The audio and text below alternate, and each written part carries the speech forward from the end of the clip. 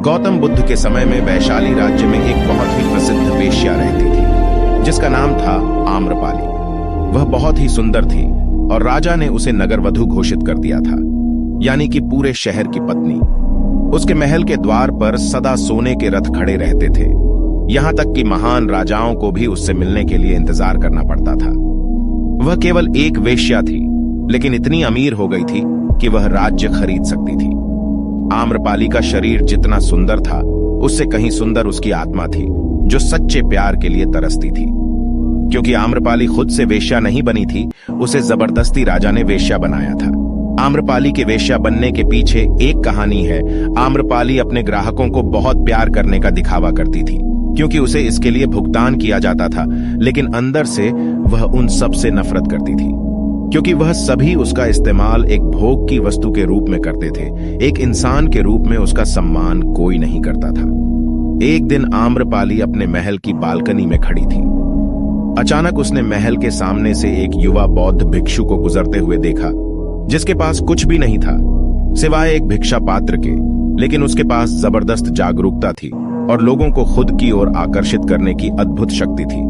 जब युवा बौद्ध भिक्षु ने ऊपर की तरफ देखा तो आम्रपाली उसे देख रही थी। युवा भिक्षु ने आम्रपाली की ओर देखते हुए बेहद सम्मान भाव के साथ आम्रपाली को प्रणाम किया। आम्रपाली एकटक उस युवा भिक्षु को देखती रही, क्योंकि पहली बार किसी ने आम्रपाली को सम्मान की नजरों से देखा था। किसी ने पहली बार उसे इंसान होने का एहसास दिलाया था। आम्रपाली तुरंत सीढ़ियों से नीचे उतरी और बाहर आकर उस युवा बौद्ध भिक्षु के पैर छुए और कहा, प्रभु कृपया आज के दिन आप मेरे मेहमान बने और मेरे महल में चलकर भोजन स्वीकार करें। इसके बाद आम्रपाली ने कहा, कृपया मेरे निमंत्रण को मत ठुकराओ, क्योंकि पहली बार मैंने किसी को निमंत्रण दिया है। मुझे हजारों बार राजाओं और सम्राटों द्वारा आमंत्रित किया गया है, लेकिन मैंने कभी किसी को आमंत्रित नहीं किया है। यह मेरा पहला निमंत्रण है। युवा भिक्षु ने सम्मान पूर्वक आम्रपाली का निमंत्रण स्वीकार करते हुए भोजन ग्रहण किया। भोजन देने के बाद आम्रपाली ने कहा, प्रभु आज से 3 दिनों के बाद बारिश का मौसम शुरू होने वाला है, जो कि 4 महीनों तक रहेगा, और मैं आपको अपने घर में 4 महीने रहने के लिए आमंत्रित करती हूँ। आने वाले 4 महीनों के लिए यह महल आपका आश्रय होगा। मैं आपको पूर्ण रूप से आश्वस्त करती हूँ कि मैं किसी भी प्रकार से आपके ध्यान में बाधा नहीं बनूंगी, बल्कि जितना मुझसे हो सकेगा आपके ध्यान की सुविधाओं को सुगम बनाने का प्रयास करूंगी। युवा बौद्ध भिक्षु ने कहा कि माफ कीजिएगा देवी, लेकिन इस विषय में मैं स्वयं निर्णय नहीं ले सकता। मैं आपके प्रस्ताव के विषय में बुद्ध से पूछ लूंगा।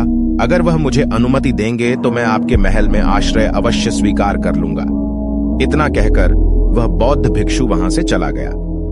इससे पहले कि वह भिक्षु बौद्ध के पास पहुंचता और आम्रपाली के प्रस्ताव के बारे में कुछ बताता, उससे पहले वहां पर मौजूद अन्य भिक्षु बुद्ध के पास पहुंच गए और बुद्ध से कहा, आप उस युवा भिक्षु को रोक लेना, क्योंकि आम्रपाली ने उसे 4 महीने रहने के लिए अपने घर पर बुलाया है। आम्रपाली एक वेश्या है और एक भिक्षु एक वेश्या के घर में 4 महीने रहे, यह सही नहीं है। इससे हमारे संघ में गलत संदेश फैल जाएगा। बुद्ध ने कहा, कृपया आप लोग शांत हो जाएं और उस भिक्षु की आने की प्रतीक्षा करें। थोड़ी देर बाद वह युवा भिक्षु बुद्ध के पास आया।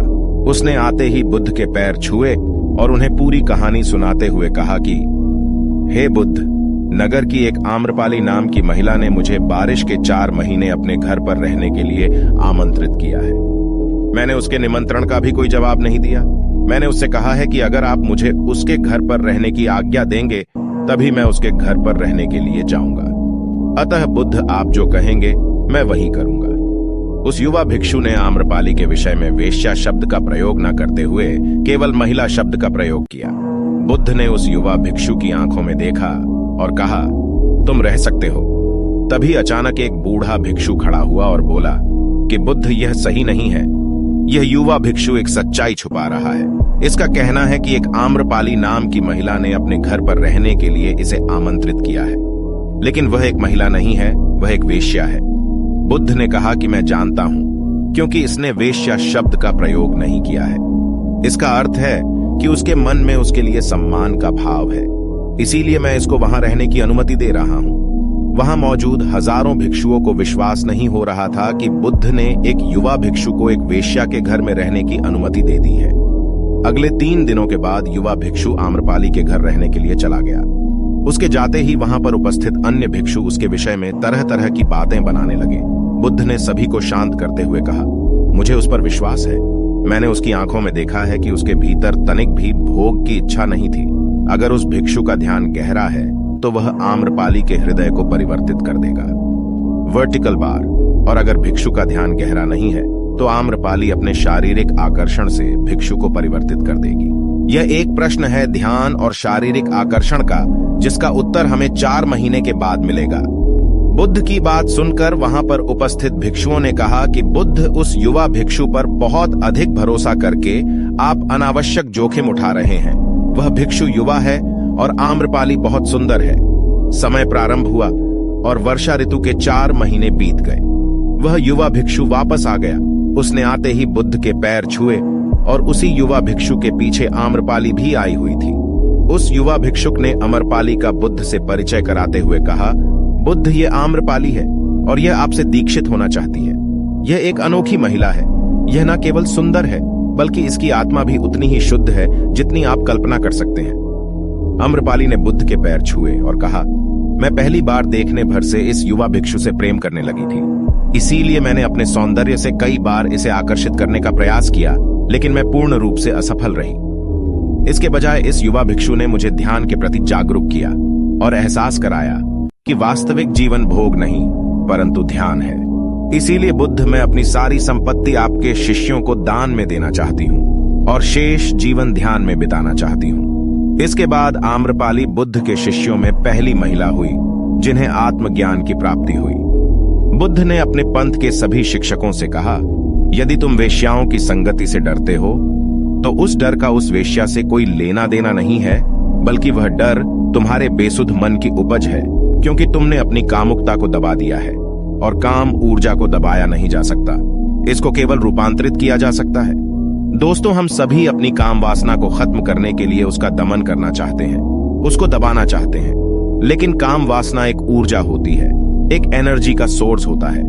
एनर्जी कभी भी खत्म नहीं हो सकती है, बल्कि वह रूपांतरित हो सकती है।